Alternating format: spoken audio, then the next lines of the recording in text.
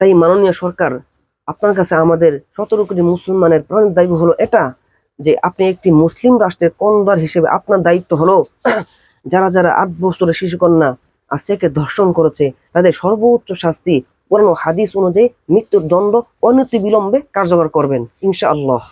মনে বড় দুঃখ লাগে, আফসোস লাগে, কয়দিন পুরোপুরি ধর্ষণের সঙ্গ শোনা যাচ্ছে প্রত্যেকটি এলাকায়, প্রত্যেকটি জেলায়, প্রত্যেকটি থানায়, প্রত্যেকটি অলিতে গলিতে শুধু ধর্ষণের সঙ্গ শোনা যাচ্ছে। এর কারণ কি?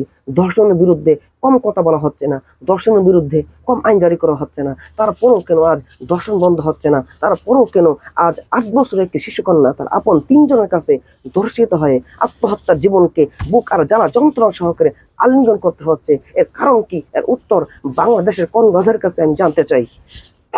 আপনাদের কারো উত্তর ততক্ষণ পর্যন্ত সঠিক হবে না, ততক্ষণ পর্যন্ত আপনাদের উত্তর এটা না হবে যে যতদিন পর্যন্ত এই বাংলার জমিনে কোরআন ও হাদিস অনুযায়ী দর্শকের বিচার না করা হবে, ততদিন পর্যন্ত এই বাংলার জমিন থেকে দর্শন কখনোই বন্ধ করা সম্ভব নয়, দর্শন বন্ধ করা সম্ভব হবে না।